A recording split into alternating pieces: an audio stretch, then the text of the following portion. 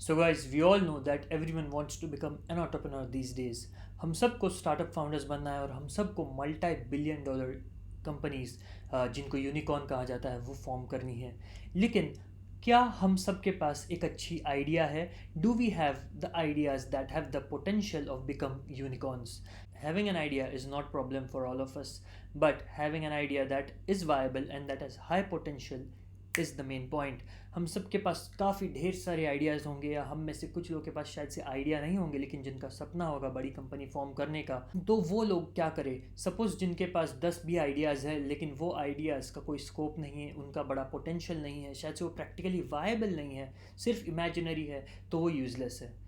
So in this video, I'm going to tell you some effective ways with which you can not only come up with idea, but be sure that the idea is viable and it is at least at some level with which you can move forward. तो आज के video में मैं आपको कुछ tips दूंगा जिनके help से आप एक अच्छी पावरफुल आइडिया सोच पाए, और शायद से आप 3 4 5 सोच ले तो उनसे एक आइडिया कैसे फ़िल्टर करनी है वो मैं आपको आने वाले वीडियोस में बताऊंगा, जहाँ पे हम बात करेंगे वैलिडेटिंग द आइडिया और moving forward with the idea के बारे में. वहाँ पे हम बात करेंगे कि अगर आपके पास 5 है तो उनमें से कौन सी 2 है जो आपको परस्यू करनी चाहिए. लेकिन इस वीडियो के लिए मैं आपको कुछ इफेक्टिव स्टेप्स बताऊंगा with which you can just come up with basic ideas and just make your thought process running, right?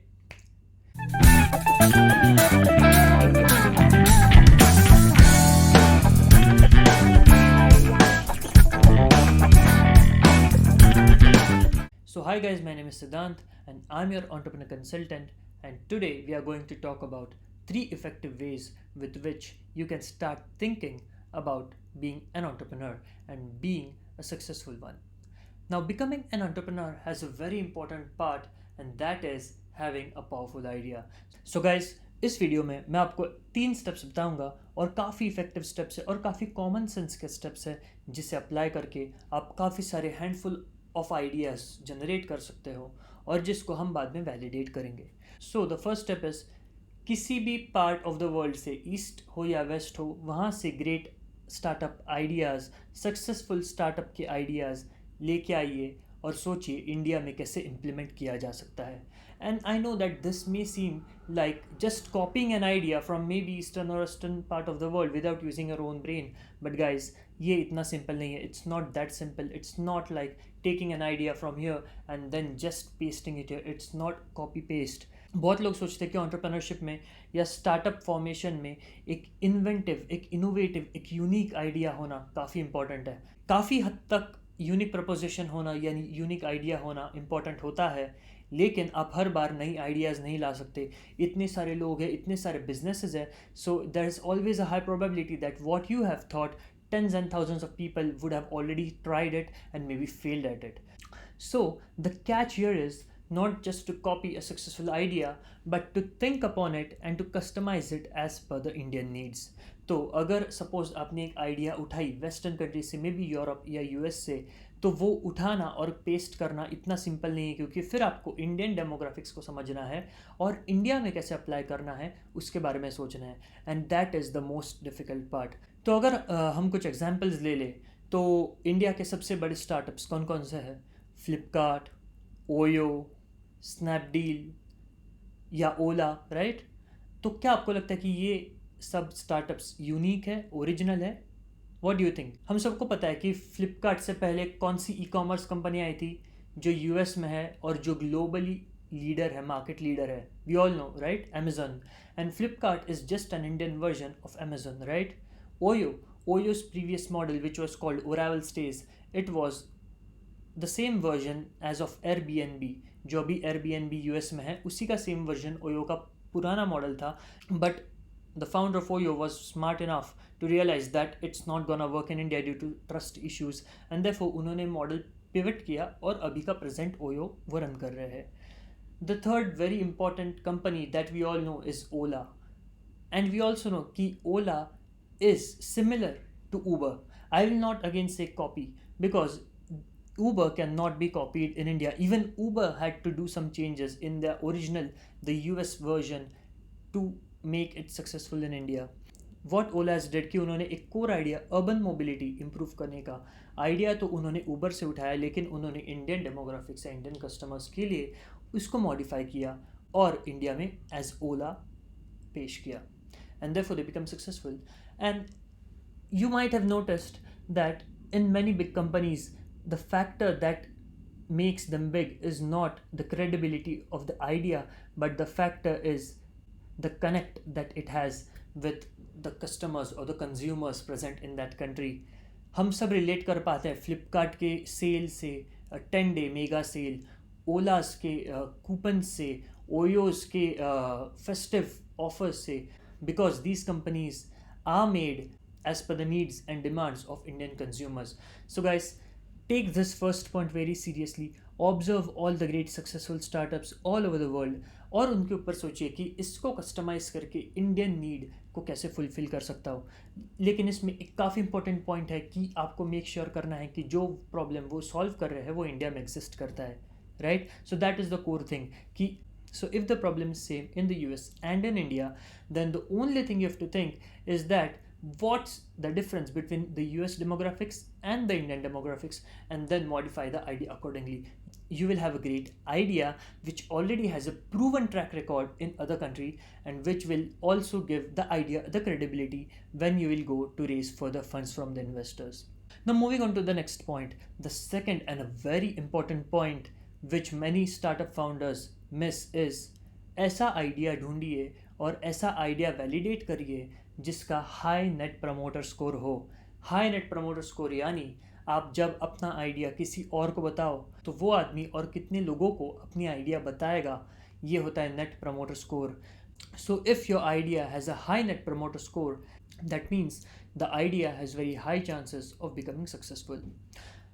यहाँ पे काफ़ी सारे लोग सोचते हैं कि मैं काफ़ी सारा पैसा इन्वेस्टर से उठाऊंगा और फिर बाद में ब्रांडिंग, मार्केटिंग, एडवर्टाइजिंग में पंप करूंगा, जिससे मैं इनऑर्गेनिक ग्रोथ लाऊंगा, जिससे मैं पे करके कस्टमर्स को, कंज्यूमर्स को अपने वेबसाइट या अपने प्लेटफॉर्म पे या अपने ऐप पे लाऊंगा.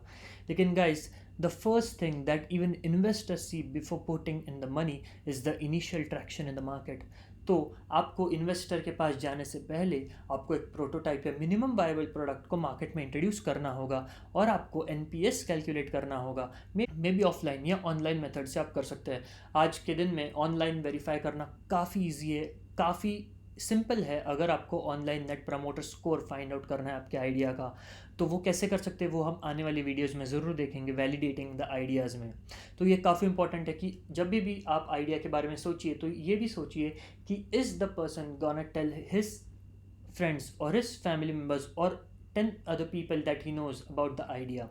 If he does, then the chances of the idea becoming success or viral is very high. So let's take few examples. The first very important example is WhatsApp.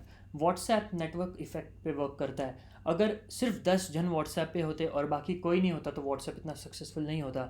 लेकिन आज billions of people all over the world use WhatsApp. WhatsApp is the primary tool that is used for social networking or sending messages or text or pics or videos, anything, right?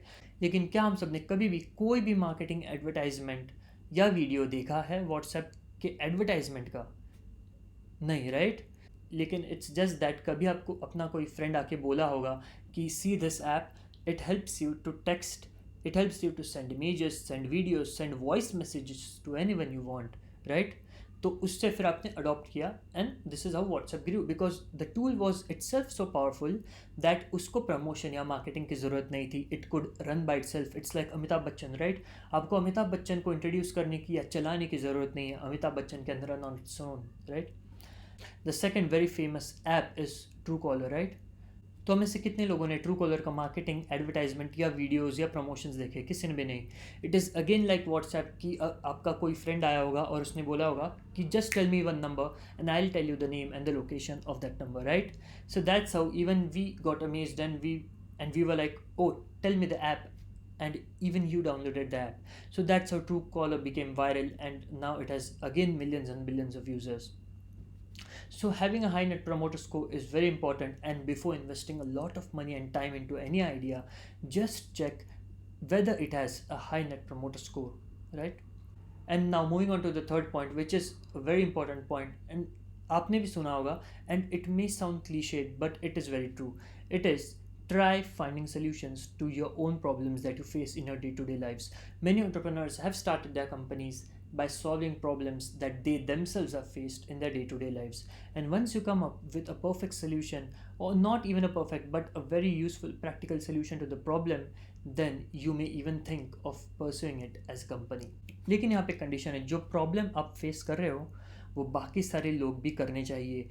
It's very important that if you're solving a problem, the problem should be for the masses and it should not be just for like tens of thousands of people, right? तो आपको ये make sure करना पड़ेगा कि मैं ये problem face कर रहा हूँ और मेरी जैसे लाखों करोड़ों लोग ये प्रॉब्लम फेस कर रहे हैं, and only then you will have a very large target market and which then you can target and acquire some percentage of the market. But if the market is by itself very small, then even if you're a market leader, the company will never grow, right? अगर market में 10,000 customers ही है total, तो अगर suppose आपने ideally 10,000 के 10,000 भी acquire कर लिए, फिर भी कंपनी काफ़ी छोटी रहेगी. लेकिन अगर आपका टारगेट मार्केट बेस अगर सपोज 100 करोड़ का है और 100 करोड़ पीपल में से सपोज आपने 1 करोड़ 1% भी अगर आपने एक्वायर कर लिया, तो काफ़ी बड़ी कंपनी बन सकती है. So solving your own day to day problems is also very effective idea to come up with a unique, effective and a practical business idea. तो गाइस, अगर आपको आज का वीडियो पसंद आया और अगर आप भी एंटरप्रेन्योर बनना चाहते हैं, अगर आप भी एक सक्सेसफुल स्टार्टअप फाउंडर बनना चाहते हैं और अगर आप इसमें काफ़ी सारे ट्रिक्स और टिप्स सीखना चाहते हैं, तो इस चैनल को ज़रूर सब्सक्राइब करना और बेल आइकन ज़रूर प्रेस करना ताकि मेरे सारे डेली वीडियोस का नोटिफिकेशंस आप तक सबसे पहले पहुंचे. और अगर आपको ये वीडियो पसंद है तो लाइक करिए, शेयर करिए, कमेंट करिए. आपको जो जानना है वो टॉपिक्स नीचे कमेंट करिए. ज़्यादा से ज़्यादा अपने दोस्तों के साथ शेयर करिए, क्योंकि मैं चाहता हूँ इंडिया से इस एडवर्सिटी में, इतनी डिफिकल्ट सिचुएशंस में से फिर से जॉब सीकर्स ना पैदा होके एंटरप्रेन्योर्स, बिजनेसमैन, इंडिपेंडेंट लोग पैदा हो. तो इसलिए ज़्यादा से ज़्यादा शेयर करिए और सब्सक्राइब करिए और सब्सक्राइब करवाइए अपने दोस्तों से, क्योंकि आज से इस चैनल पे मैं एंटरप्रेन्योरशिप से रिलेटेड काफ़ी सारे फ्रेमवर्क्स, लर्निंग्स, टीचिंग्स के ऊपर वीडियोस बनाऊंगा. काफ़ी सारे इंटरेस्टिंग केस स्टडीज हम सीखेंगे, काफ़ी सारे mathematical models, profit loss calculations, आरपो कैलकुलेशंस, वो हम सब सीखने वाले हैं. तो इस चैनल को सब्सक्राइब करना भूलना मत और देखते रहिए ये चैनल हमारे साथ. तो मिलते हैं कल अगली वीडियो में, तब तक के लिए goodbye, take care, thank you.